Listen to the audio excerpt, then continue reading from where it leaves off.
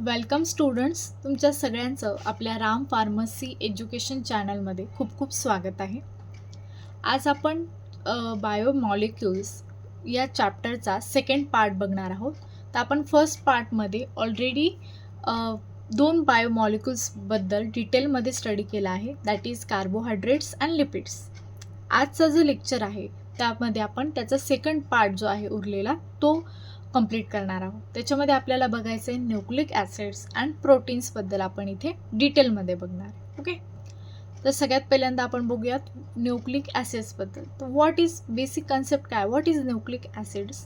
तर nucleic acids म्हणजे काय, आपले DNA अँड RNA जे आपल्या हेरिडिटरी इन्फॉर्मेशनला काय करतात, कॅरी करतात. तर इथे काय म्हटलंय बघूयात. These are important organic substances found in nucleus and cytoplasm. Nucleic acids जे आहेत ते ओन्ली न्यूक्लियस किंवा सायटोप्लाझममध्ये काय असतात, आपल्याला भेटतात. ते control the important biosynthetic activities of the cell. आपल्या सेलमधल्या ज्या मेन बायोसिंथेटिक ॲक्टिव्हिटीज ज्या असतात ते काय करतात, कंट्रोल करतात. And carry hereditary information from generation to generation. आणि त्यांचं मेन फंक्शन काय, कॅरी हेरिडिटरी इन्फॉर्मेशन, जे काय करतात आपल्या जेनेटिक मटेरियलला काय करतात, कॅरी करतात. दस न्यूक्लिक ॲसिड्स आर मॅक्रोमॉलिक्युल्स. काय आहेत हे आपले मॅक्रोमॉलिक्युल्स. आता मॅक्रोमॉलिक्युल्स म्हणजे काय, मॉलिक्युल्सचे दोन टाईप असतात according to their size. Okay, एक असतात मायक्रोमॉलिक्युल्स आणि दुसरे असतात मॅक्रोमॉलिक्युल्स. तर मायक्रोमॉलिक्युल्स म्हणजे काय, जे स्मॉलेस्ट असतात इन साईजमध्ये. अँड मॅक्रोमॉलिक्युल्स म्हणजे काय, जे लार्जर असतात इन साईजमध्ये. Of the utmost biological importance असते यांची. They are associated with the chromosomes and transmit various information to cytoplasm. म्हणजे काय की ती क्रोमोझोमसोबत असोसिएट असतात आणि जी त्यांच्याकडे जी जेनेटिक इन्फॉर्मेशन आहे ते काय करतात, सायटोप्लाझमला ट्रान्समिट करण्याचं काम करतात. DNA and RNA are nucleic acids that carry out cellular processes, especially the regulation and expression of genes. तर these are the introduction of nucleic acids. ज्यामध्ये काय येतात आपले DNA and RNA which carry hereditary information of the body from generation to generation. एवढ्या गोष्टी आपल्याला nucleic ॲसिड्सबद्दल लक्षात ठेवायच्या. ठीक आहे, आता आपण बघणार आहोत types of nucleic acids. There are two main types of nucleic acids, ज्यामध्ये आपल्या येतात DNA अँड RNA. तर सगळ्यात पहिल्यांदा आपण DNAला बघूया. DNA deoxyribonucleic acid. ठीक आहे, त्याचं स्ट्रक्चर बघू शकता तुम्ही, डबल हेलिक्स स्ट्रक्चर आहे. यामध्ये ज्या लाईन्स दिसत आहेत ह्या काय आहेत, आपल्या बेस पेअर्स, जिथे काय होतं ॲडेनाईन ग्वानाईन सोबत अटॅच असतो अँड ग्वानिन सायटोसिन सोबत काय असतो, अटॅच असतो. And these are the sugar phosphate backbone which provides the backbone to the DNA. Okay, it is the structure of the DNA. आता RNA चं बघणार आहोत आपण. RNA मध्ये काय, एक सिंगल चेन आहे ज्याच्यामध्ये काय आहे, न्यूक्लिओबेसिस सुपर फॉस्फेट बॅकबोन, जो काय करतो RNAला बॅकबोन प्रोव्हाइड करण्याचं काम करतो. इथे पण यामध्ये मध्ये काय आहेत, बेस पेअर्स आहेत. RNA म्हणजे काय, रायबोन्यूक्लिक ॲसिड. त्यांचे फुल फॉर्म पण आपल्याला काय करायचे तिथे लक्षात ठेवायचे. तर these are the types of nucleic acids which are present in our body. Okay, आता आपल्याला न्यूक्लिओटाइड्सबद्दल डिटेल बघायचं आहे. What is nucleotides? तर DNA and RNA are made up of monomers. DNA आणि RNA जे आहे ते दोन्ही पण स्मॉल मॉलिक्युल्सपासून बनलेले आणि त्यांनाच काय म्हणतो आपण, न्यूक्लिओटाइड्स. The nucleotides combine with each other to form a polynucleotide. आणि हेच न्यूक्लिओटाइड जे आहे ते आपापसात काय होतात, एकमेकांना अटॅच्ड होतात to form polynucleotide, that is DNA और RNA. आता हे लक्षात ठेवायचं आपल्याला की न्यूक्लिओटाइड जे आहे ते 3 कंपोनंट्सपासून बनलेलं, नायट्रोजिनस base, pentose sugar and phosphate group. या 3 गोष्टींपासून काय बनलं आपलं न्यूक्लिओटाइड. ओके, तर इच नायट्रोजिनस बेस जो आहे in a nucleotide is attach to a sugar molecule which is attach to one or more phosphate groups. म्हणजे काय की हे नायट्रोजिनस बेस जे असतात ते शुगर मॉलिक्यूलला दॅट इज पेंटोज शुगरला अटॅच होतात आणि या शुगरला one or more phosphate groups attach असतात टू फॉर्म द न्यूक्लिओटाइड. त्यानुसार काय होतं मग न्यूक्लिओटाइडचं स्ट्रक्चर फॉर्म होतं आणि या न्यूक्लिओटाइडपासूनच मग पॉलिन्यूक्लिओटाइड फॉर्म होतात दॅट इज DNA और RNA.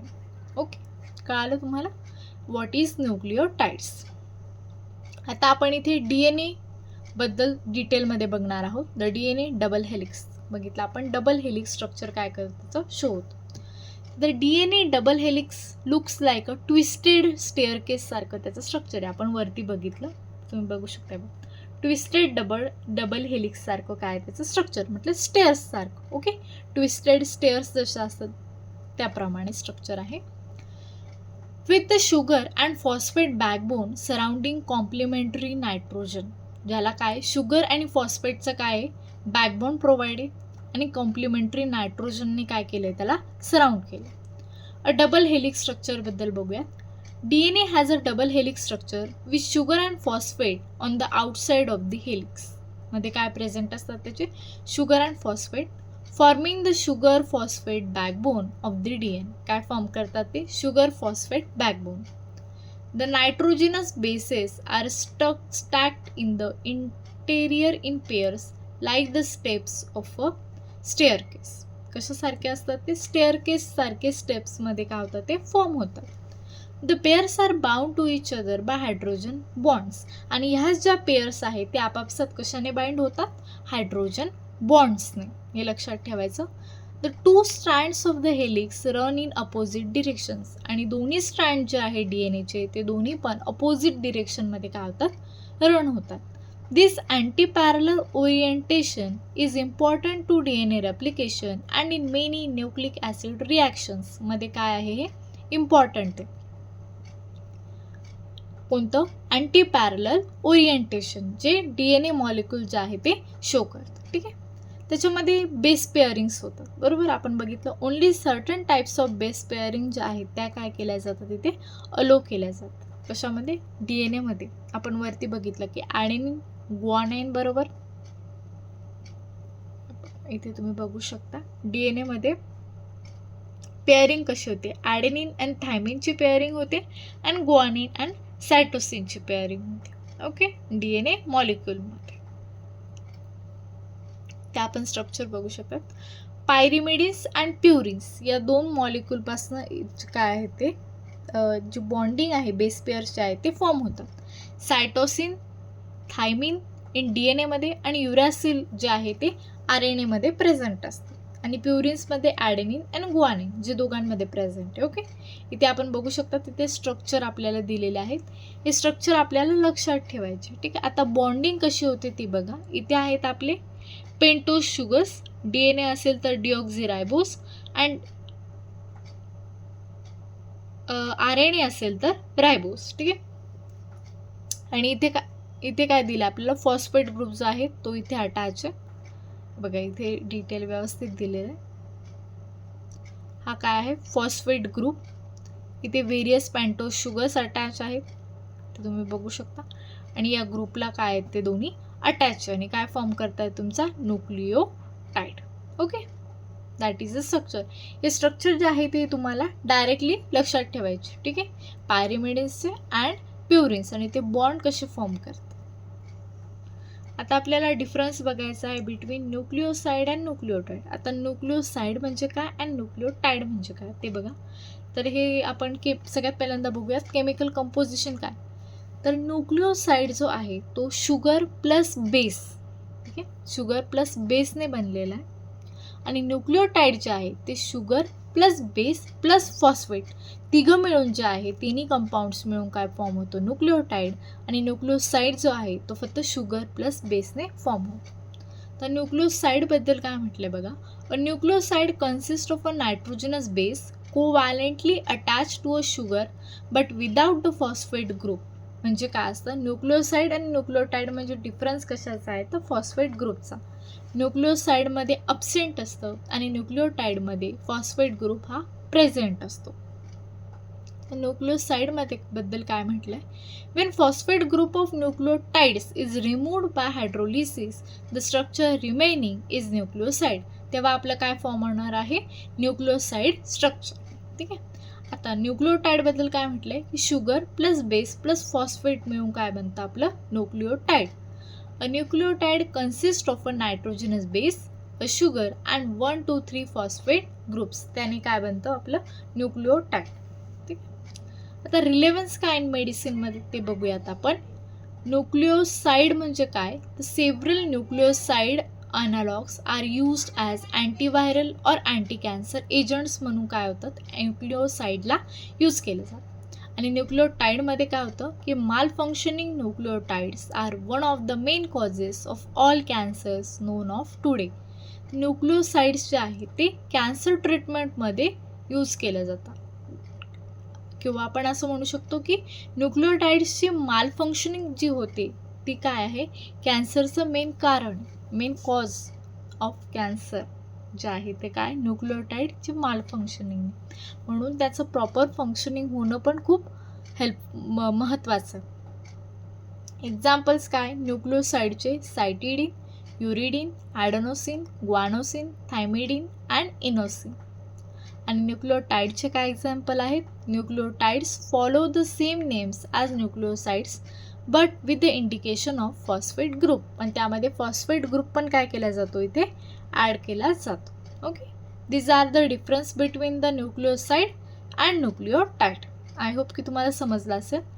इझी आहे, फक्त काय लक्षात ठेवायचं की न्यूक्लिओटाइड जो आहे तो तिन्ही कंपाऊंड्सपासून बनलेला आहे आणि न्यूक्लिओसाइड जो आहे तो only made of sugar plus base. Okay, yes. आता आपल्याला DNA अँड RNA मध्ये काय डिफरन्स आहे ते बघायचं. तर सिम्पल नेम काय, DNA म्हणजे काय, डीऑक्झीरायबो nucleic acid, that is DNA. आणि RNA म्हणजे काय, रायबो न्यूक्लेइक ॲसिड. ठीक आहे. आता फंक्शन काय, फंक्शनमध्ये काय डिफरन्स आहे दोघांच्या. तर DNA जो आहे तो लॉंग टर्म स्टोरेज करतो ऑफ जेनेटिक इन्फॉर्मेशनचं, transmission of genetic information to make the other cells and new organisms. म्हणजे काय करतं, स्टोरेज करायचं आणि ट्रान्समिट करण्याचं जे काम आहे जेनेटिक इन्फॉर्मेशनला ते कोणाचं काम आहे, DNAचं. तर RNA काय काम करतो, use to transfer the genetic code from the nucleus to the ribosomes to make proteins. म्हणजे हे काय करतं, जेनेटिक कोड जे आहे ते ट्रान्सफर करण्याचं काम करतं फ्रॉम द न्यूक्लियस टू रायबोझोम्सला टू मेक प्रोटीन्स बनवण्यासाठी. तर RNA जे आहे use to transmit genetic information in some organisms and may have been the molecule use to store genetic blueprints in primitive organisms. तर genetic जे material आहे, blueprints जे असतं ऑर्गॅनिझमचं ते स्टोअर करण्याचं काम पण कोणाचं आहे, RNAचं. आता याचे स्ट्रक्चरल फीचर्स काय आहे दोघांचे ते बघूयात. DNAचं काय आहे की ते beta form double helix structure जे आहे ते फॉर्म करतं, beta form double helix. DNA is a double stranded molecule consisting of a long chain of nucleotides. इथे काय डबल स्टँडर्ड स्ट्रक्चर आहे. आणि RNA म्हणजे काय, ते अल्फा फॉर्म हेलिक्सला काय करतं, फॉर्म करतं. RNA usually is a single standard helix consisting of shorter chains of nucleotides. RNA जे आहे ते काय करतं, सिंगल स्टँड हेलिक्स स्ट्रक्चर जे आहे ते फॉर्म करतं. आता कंपोजिशन काय आहे ऑफ बेस अँड शुगरचे ते आपण बघूया. DNAचे काय आहेत, तर deoxyribo sugar phosphate backbone, adenine, guanine, cytosine, thymine bases. तर यामध्ये जे आहे DNAमध्ये 4 बेसेस असतात, adenine, guanine, cytosine and thymine. आणि RNAमध्ये जे आहे ते adenine, guanine, cytosine and uracil bases present असतात. थायमिन फक्त DNAमध्ये प्रेझेंट असतं आणि युरॅसिल फक्त RNAमध्ये प्रेझेंट असतं. हे 2 फक्त लक्षात ठेवायचे. आता प्रोपोगेशन काय बघा, DNA जो आहे तो सेल्फ रेप्लिकेटिंग आहे, जो स्वतः रेप्लिकेट होऊ शकतो without help of any other molecule. RNA जो आहे is synthesize from DNA. RNA जो आहे तो स्वतः DNA पासून सिंथेसाइज होतो on on an as needed बेसिसवर, जेव्हा गरज पडली तेव्हा. आता बेसची पेअरिंग कशी होते ते बघूयात. DNA मध्ये ॲडेनिन अँड थायमिनची होते आणि ग्वानाइन अँड सायटोसिनची होते. आणि RNA मध्ये ॲडेनिन युरासिलची होते आणि ग्वानिन सायटोसिनची जी आहे ती बेस पेअरिंग होते. ओके. आता रिॲक्टिव्हिटी बघूया. DNAची रिॲक्टिव्हिटी काय आहे, तर द CH बॉन्ड्स जे असतात इन DNA मध्ये मेक इट फेअरली स्टेबल. त्याच्यामुळे काय होतं, DNAचं स्ट्रक्चर जे आहे ते स्टेबल बनतं. Plus the body destroys enzymes that would attack DNA. The small grooves in the helix also serve as protection, providing minimal space for enzymes to attach. म्हणजे हे काय करतात, जे स्मॉल ग्रुप्स असतात हेलिक्सचे DNAच्या स्ट्रक्चरचे, ते त्याचं प्रोटेक्शन करण्याचं पण काम करतात. Providing minimal space for enzymes to attach. ठीक, that is about the DNA. आता RNA बद्दल काय सांगितलं ते बघूया. तो OH बॉन्ड जो आहे in the ribose of RNA मध्ये makes the molecule more reactive compared with DNA. DNA पेक्षा RNA मॉलिक्यूल जो असतो हा मोअर रिॲक्टिव्ह असतो. DNA is not stable under alkaline कंडिशन्समध्ये RNA जो आहे तो स्टेबल नाही. प्लस द लार्ज ग्रूव्स जे असतात RNAच्या स्ट्रक्चरमध्ये in the molecule make it susceptible to enzyme attack. त्याच्यामुळे त्याच्यावर एन्झाईम अटॅक जो आहे तो जास्त सस्केप्टिबल असतो ॲज कम्पेअर टू DNA. तर RNA जो आहे इज कॉन्स्टंटली प्रोड्यूस केला जातो, यूज्ड, डिग्रेड पण होतो आणि रिसायकल्ड पण होतो. RNA. तर अल्ट्राव्हायोलेट डॅमेजबद्दल काय म्हटलंय ते बघा. DNA जो आहे इज सस्केप्टिबल टू अल्ट्राव्हायोलेट डॅमेज. आणि काय होतं, तो इझिली डॅमेज होतो DNA. आणि RNAचं बघितलं तर compared with DNA RNA is relatively resistant to ultraviolet damage. लवकर डॅमेज होत नाही ॲज कम्पेअर टू DNA. ठीक आहे. तर इथे काय बघितलं आपण, difference between the DNA and RNA. DNAच्या स्ट्रक्चरमध्ये आणि RNAच्या स्ट्रक्चरमध्ये काय बेसिक डिफरन्स आहे. ओके. तर आता हे बघितलं आपण डिटेलमध्ये. That is about the nucleic acids which R the genetic materials of our body. ठीक आहे. तर आपल्याला नेक्स्ट बायोमॉलिक्यूल बघायचं आहे, दॅट इज अमिनो ॲसिड्स. ठीक आहे. अमिनो ॲसिड्सला आपल्याला इथे बघायचं आहे. तर सगळ्यात पहिल्यांदा अमिनो ॲसिड्स म्हणजे काय ते आपण बघूया. तर amino acids are the organic compounds. काय म्हणतात त्यांना, organic compounds which combine to form proteins. आणि अमिनो ॲसिड्सपासूनच आपले काय बनलेले असतात, प्रोटीन्स. हेच they are refer to as the building components of proteins. म्हणून त्यांना काय म्हटलं जातं, बिल्डिंग कंपोनंट्स ऑफ प्रोटीन्स. हे लक्षात ठेवायचं. Amino acids contain the basic amino groups NH2 and carboxyl group COOH. म्हणजे अमिनो ॲसिडच्या स्ट्रक्चरमध्ये दोन्ही ग्रुप प्रेझेंट असतात, ॲसिडिक ग्रुप पण आणि बेसिक ग्रुप पण. ओके. ठीक आहे. तर आपला बेसिक ग्रुप म्हणून इथे प्रेझेंट असतो amino group, that is NH2. And acidic group म्हणून प्रेझेंट असतो आपला carboxyl group, that is COH group. तर they contain a carboxyl group and amino group and a side chain all attach to the alpha carbon. म्हणजे आपले carboxyl group जो आहे, amino group and side chain, हे तिन्ही गोष्टी ज्या आहेत त्या अल्फा कार्बनलाच अटॅच असतात ऑफ द अमिनो ॲसिड्स. आता आपण बघणार आहोत त्याच्या फिजिकल प्रॉपर्टीज काय आहेत अमिनो ॲसिड्सच्या. तर सगळ्यात पहिल्यांदा काय म्हटलंय की amino acids are colourless, crystalline सॉलिडमध्ये प्रेझेंट असतात. All amino acids have a high melting point greater than 200 degree. त्यांचा जो मेल्टिंग पॉईंट आहे तो पण ग्रेटर असतो दॅन 200 डिग्री. सोल्युबिलिटीबद्दल काय म्हटलं आहे ते बघूया की they are soluble in water. Amino acids जे असतात ते वॉटरमध्ये सोल्युबल असतात आणि slightly soluble in alcohol and dissolve with difficulty in methanol, ethanol and propanol. वॉटरमध्ये सोल्युबिलिटी जी आहे ती अमिनो ॲसिड्सची आहे आणि बाकीचे जे सॉल्वंट्स आहे लाईक अल्कोहोल त्यांच्यामध्ये काय ते स्लाइटली सोल्युबल असतात. तो on heating to high temperatures they decompose.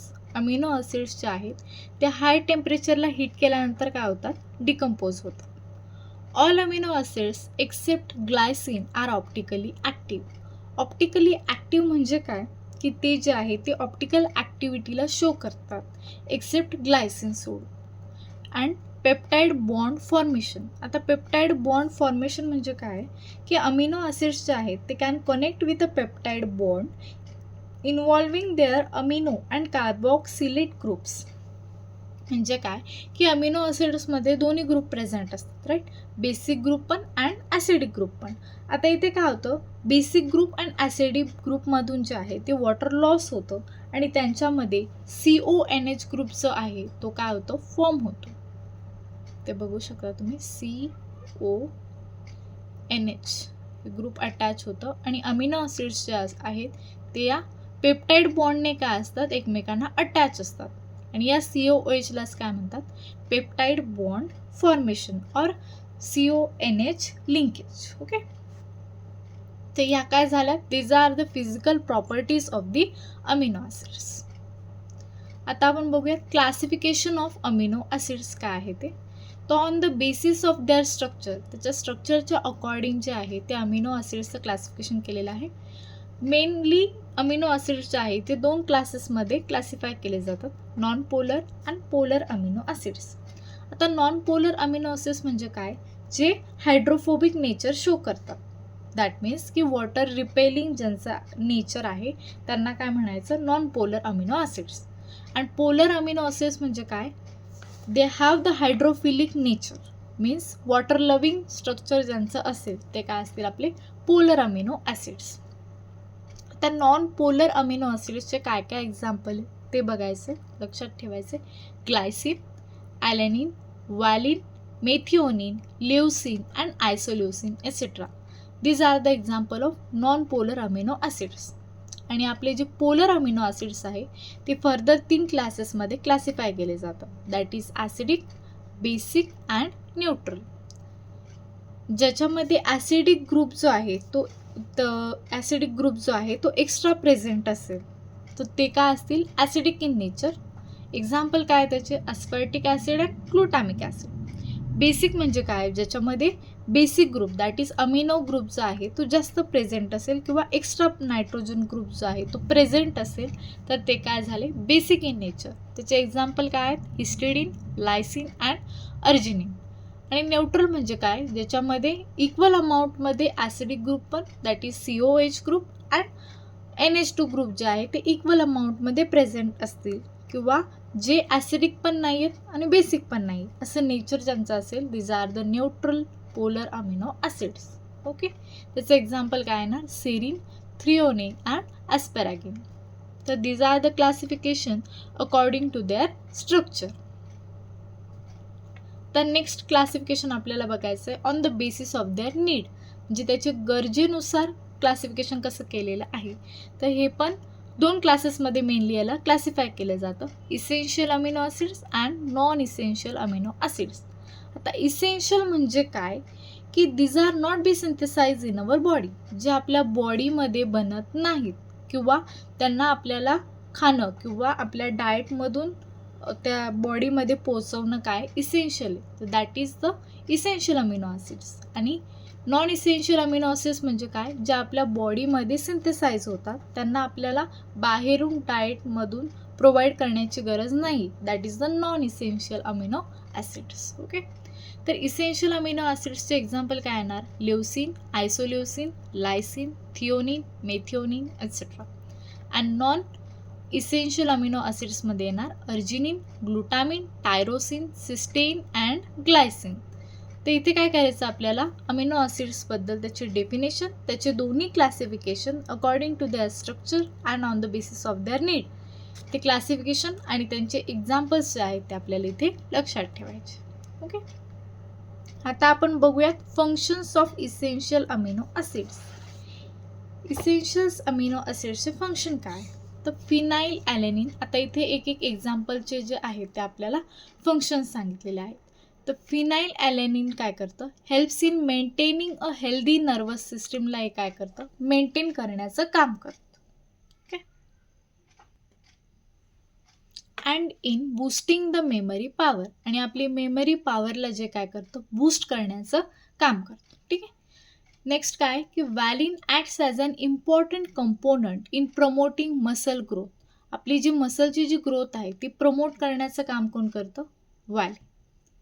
थ्रिओनिन helps in promoting the functions of the immune system. Immune सिस्टीमचे फंक्शन्स प्रमोट करण्याचं काम कोणाचं आहे? Threonine. Tryptophan it is involved in the production of vitamin B3 and serotonin hormone. ला production करण्याचं काम कोणाचं आहे? ट्रिप्टोफॅनचं. आयसोल्युसिन जे आहे plays a vital role in the formation of haemoglobin, stimulating the pancreas to synthesise insulin and in transporting oxygen from the lungs to the various parts. ते various amino acids जे आहेत ते काय करतात? आपल्या बॉडीमध्ये मेन फंक्शन परफॉर्म करण्याचं काम करतं. ठीक आहे, that is the essential amino acids. आता आपण बघणार आहोत functions of non essential amino acids काय काय फंक्शन परफॉर्म करतात. तर ॲलॅनिन जे आहे functions by removing toxins from our body. आपल्या बॉडीमधले टॉक्सिन्स जे आहेत ते रिमूव्ह करण्याचं काम करतं. And in the production of glucose and other amino acids. Then cysteine, it acts as an antioxidant, provides resistance to our body and inhibits the growth of hairs, nails, etc. त्यांची growth जी आहे ती inhibit करण्याचं काम कोण करतं? Cysteine. Then glutamine. Glutamine promotes a healthy brain function and is necessary for the synthesis of nucleic acids, that is DNA and RNA. ला काय करतं? सिंथेसिस करण्याचं काम जे आहे ते ग्लुटामिन करतं. त्यानंतर ग्लायसिन अँड ग्लुटामिक ॲसिड जे आहे acts as a neurotransmitter. Neurotransmitter म्हणून काय करतात? हे काम करतात. Then arginine. Arginine helps in promoting the synthesis of proteins and hormones जे आहे ते सिंथेसिस करण्याचं काम करतं. Then tyrosine. Tyrosine plays a vital role in the production of thyroid hormones. म्हणजे आपल्या बॉडीमध्ये जे वेगवेगळे डिफरंट फंक्शन्स आहेत ते अमिनो ॲसिड्स काय करतं? परफॉर्म करण्याचं काम करतं. म्हणजे आपल्या बॉडीसाठी दोन्हीही टाईपचे अमिनो ॲसिड्स जे आहेत ते हेल्पफुल आहेत.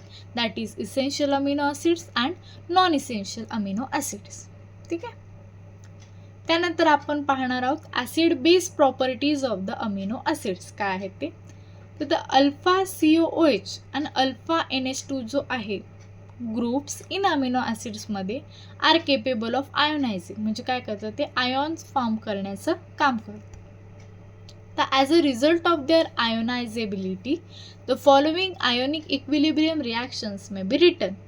आता अमिनो ॲसिडमध्ये जो RCOH ग्रुप आहे तो पण आयॉन्स फॉर्म करतो. दॅट इज याचं काय ब्रेकडाऊन होईल इथे RCO मायनस प्लस H+. आणि RNH3 प्लस आहे तो पण आयॉन फॉर्म करेल. That is RNH2 plus H+. The equilibrium reactions जे आहे याच्यामध्ये ॲज रिटर्न डिमॉन्स्ट्रेट दॅट की अमिनो ॲसिड्स जे आहे content at least 2 weekly acidic group जे आहे ते कशामध्ये असतात? अमिनो ॲसिड्समध्ये प्रेझेंट असतात. यामध्ये कशामध्ये बघतो आपण? जे आयोनायझेशन जे शो करतं अमिनो ॲसिड्स त्यामध्ये. However, the carboxyl group जो आहे is a far stronger acidic than the amino group पेक्षा. That physiological pH वर काय होतं? The carboxyl group will be unprotonated and the amino group will be protonated. ठीक आहे, तर an amino acid with no ionizable R group would be electrically neutral at this pH. This species is term as zwitterion. म्हणजे काय? Amino ॲसिड्सकडे capability आहे to form this zwitterion. काय करतं? ती झ्विटर आयॉनला फॉर्म करण्याचं काम करतं आपले अमिनो ॲसिड्स. ठीक आहे, पुढे बघूयात आपण. तर हे सगळं बघितलं आपण अमिनो ॲसिड्सबद्दल. अमिनो ॲसिड्स म्हणजे काय, त्यांचं क्लासिफिकेशन काय आहे, त्यांचे एक्झाम्पल्स काय आहे, त्याच्या प्रॉपर्टीज कोणकोणत्या आहेत, त्या सगळ्या गोष्टी. ठीक आहे, आता आपण बघणार आहोत डिटेलमध्ये प्रोटीन्सबद्दल आपल्याला बघायचं आहे. ठीक आहे, प्रोटीन्स म्हणजे काय. तर प्रोटीन्स जे आहे आर लार्ज बायोमॉलिक्युल्स आहेत और macromolecules consisting of one or more long chains of amino acid residues. तसं आपण बघितलं की प्रोटीन्स जे आहेत ते long chain of amino acid रेसिड्यूजपासून काय होतात? फॉर्म होतात. तर proteins are known as building blocks of life त्यांना काय होतं म्हटलं जातं, कारण प्रोटीन्स जे आहेत त्यापासूनच आपल्या बॉडीमधले जे मेन ऑर्गन्स आहेत किंवा आपले जे सिस्टीम आहे ती बनलेली आहे. Proteins are the most abundant intracellular macromolecules. ते प्रोव्हाइड, ते स्ट्रक्चर फॉर्म करतात, प्रोटेक्शन करतात of multicellular organism in the form of skin असो, हेअर असो, callus, cartilage, ligaments, muscle and tendons, या सगळ्या फॉर्ममध्ये जे आहे ते प्रोटीन्स काय करतात आपल्याला प्रोव्हाइड करतात. Proteins regulate and catalyse the body chemistry in the form of hormones, enzymes, immunoglobulins etcetera. Proteins जे आहेत ते पेप्टाइड्सपासून बनतात आणि पेप्टाइड जे आहेत ते अमिनो ॲसिड्सपासून बनलेले असतात. तर अमिनो ॲसिड्स जे आहेत तेच काय आहेत main components which form the protein structure. ठीक आहे, आता आपण बघूया जनरल प्रॉपर्टीज ऑफ प्रोटीन्स. प्रोटीन्सच्या प्रॉपर्टीज काय आहेत ते. तर सगळ्यात पहिली प्रॉपर्टी काय म्हटली आहे की प्रोटीन्स आर ऑर्गॅनिक सबस्टन्सेसमध्ये येतात. They are made up of nitrogen and also oxygen, carbon and hydrogen. Proteins are the most important biomolecules आहेत. बॉडीमधले मोस्ट कंपोनंट्स जे आहेत ते कशापासून बनलेले आहेत प्रोटीन्सपासून. They are the fundamental constituent of the cytoplasm of the cell. Proteins are the structural elements of body tissues. Proteins are made up of amino acids. Proteins give heat and energy to the body and also aid in building and repair. मध्ये काय करतं ते main function provide करण्याचं काम करतं. Only small amounts of proteins जे आहेत ते काय होतं बॉडीमध्ये स्टोअर केले जातात as they can be used up quickly on demand. म्हणजे ज्यावेळी इमर्जन्सी कंडिशन्स वगैरे असतात तेव्हा सगळ्यात पहिल्यांदा बॉडीमध्ये जे काही एनर्जीचं सोर्स आहे दॅट इज द प्रोटीन्स. तर proteins are consider as the bricks. They make up bones, muscles, hair and other parts of the body. जी काय आहे ती प्रोटीन्सपासून बनलेली आहे. तर these are the importance of the proteins. ठीक आहे, प्रॉपर्टीज काय आहेत ते. त्यानंतर आपल्याला बघायचं आहे फिजिकल प्रॉपर्टीज ऑफ प्रोटीन्स काय आहेत ते. तर प्रोटीन्स जे आहेत ते कलरलेस अँड टेस्टलेस असतात. They are homogeneous and crystalline फॉर्ममध्ये असतात. Proteins vary in shape. प्रोटीन्सचा जे शेप आहे तो वेगवेगळ्या फॉर्ममध्ये प्रेझेंट आहे. दे मे बी सिम्पल क्रिस्टलॉइड असू शकतात क्रिस्टल फॉर्ममध्ये, टू लॉंग फायब्रिलर स्ट्रक्चर्स किंवा फायब्रिल्सच्या फॉर्ममध्ये असू शकतात असे spiral. Protein structure are of 2 distinct पॅटर्न्समध्ये प्रेझेंट असतात. एक तर globular proteins that is spherical in shape and fibrillar proteins that is spiral shape असे. ग्लोब्युलर प्रोटीन्स जे आहेत आर स्पेरिकल असतात इन शेपमध्ये अँड ऑकरिंग प्लांट्समध्ये प्रेझेंट असतात. And fibrillar proteins are thread like, थ्रेडसारखे असतात and they occur generally in ॲनिमल्समध्ये जे आहे ते प्रेझेंट असतात. Due to the huge size proteins exhibit many colloidal properties जे आहेत ते काय असतात प्रोटीन्समध्ये प्रेझेंट असतात. तर these are the properties of the proteins. त्यानंतर आपल्याला बघायचं आहे क्लासिफिकेशन ऑफ प्रोटीन्स. तर प्रोटीन्सचं क्लासिफिकेशन पण मेनली 3 क्लासेसमध्ये केलं जातं. That is simple proteins, conjugated proteins and derive proteins. ठीक आहे, सिम्पल प्रोटीन्समध्ये पुन्हा 2 टाईप येतात. Globular proteins which are in spherical shape and sclero proteins which are not in spherical shape. ठीक आहे, जे एक्झाम्पल लक्षात ठेवायचे आहेत. ग्लोब्युलर प्रोटीन्समध्ये कोण येणार अल्ब्युमिन, ग्लोब्युलिन्स, ग्लुटेलिन्स, ग्लोबिन्स अँड प्रोटामिन्स. आणि स्क्लेरो प्रोटीन्समध्ये येणार collagens, elastins and keratins. Conjugated proteins म्हणजे काय, जिथे protein part and non protein part जो आहे तो इथे काय होतो कंबाईन होतो to form the conjugated proteins. तर त्याच्यामध्ये एक्झाम्पल काय येणार न्यूक्लिओप्रोटीन्स येणार, ग्लायकोप्रोटीन्स येणार, लिपोप्रोटीन्स येणार, फॉस्फोप्रोटीन्स, क्रोमोप्रोटीन्स अँड मेटॅलोप्रोटीन्स. आणि तिसरा टाईप आहे डिराइव्ह प्रोटीन्स विच आर म्हणजे असे काही प्रोटीन्स जे सिम्पल प्रोटीन्स अँड कॉन्जुगेटेड प्रोटीन्सपासून डिराइव्ह होतात. These are included in this type.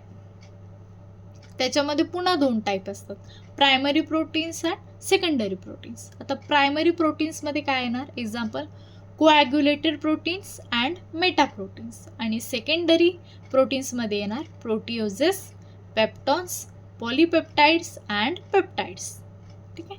This are the classification of the proteins. हे पण आपल्याला लक्षात ठेवायचं आहे विथ देअर एक्झाम्पल्स. त्यानंतर आपल्याला बघायचं आहे स्ट्रक्चर ऑफ प्रोटीन्स. ठीक आहे. तर आता स्ट्रक्चरमध्ये कसं सांगितलं आहे बघा, ते 4 टाईपचे स्ट्रक्चर असतात. एक असतं प्रायमरी प्रोटीन स्ट्रक्चर, दुसरं आहे सेकंडरी प्रोटीन स्ट्रक्चर, तिसरं आहे tertiary protein structure and fourth is the quaternary protein structure. आता लक्षात ठेवायचं की आपल्या बॉडीमध्ये जे आहे ते सगळ्या फॉर्ममध्ये प्रोटीन्स जे आहे ते प्रेझेंट असतात, पण जे प्रोटीन्स ॲक्टिव्ह असतात आपल्या बॉडीमध्ये किंवा आपण असं म्हणू शकतो की स्टेबल फॉर्ममध्ये असतात, these are in tertiary protein structure. त्या सगळ्यांचं जे स्ट्रक्चर आहे ते टर्चरी फॉर्ममध्ये असतं because it is the most stable form of proteins.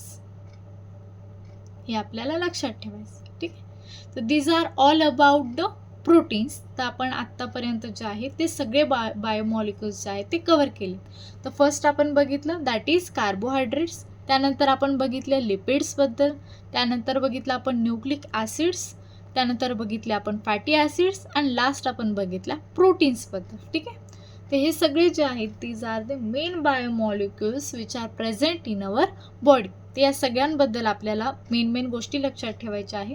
त्यांची डेफिनेशन, त्यांचं क्लासिफिकेशन कसं केलं जातं, त्याच्यात कोणकोणते एक्झाम्पल्स इन्क्लूड असतात, त्यांच्या प्रॉपर्टीज काय आहेत आणि त्यांचं फंक्शन काय आहे. ठीक आहे. तर हा जो आहे बायोमॉलिक्युल्सचा क्वेश्चन हा 10 मार्कला पण येऊ शकतो कंबाईनमध्ये, किंवा 5 मार्क्सला एखादी नोट पण येऊ शकते एखाद्या बायोमॉलिक्युलबद्दल, किंवा 3 मार्कला पर्टिक्युलर क्वेश्चन पण विचारला जाऊ शकतो की properties, write down the properties, किंवा मग राईट डाऊन द क्लासिफिकेशन असो, किंवा write down the note on dash dash. ठीक आहे. असं पण येऊ शकतं. तर आय थिंक की तुम्हाला खूप छान प्रकारे समजलं असेल. तरी तुम्हाला काही अडचण असेल किंवा एखादा डाऊट आला असेल तर तुम्ही नक्की कमेंट बॉक्समध्ये विचारा. लेक्चर आवडला असेल तर नक्की लाईक करा, चॅनलला सबस्क्राईब करा आणि नक्की हा व्हिडिओ तुमच्या फ्रेंड्सला किंवा अजून शेअर करा. तो आत्ता आपण ह्या लेक्चरला इथेच थांबूयात. बघू आणि नेक्स्ट आपण पुढच्या लेक्चरला भेटूया. ठीक आहे, with other subject. Thank you so much. Bye guys.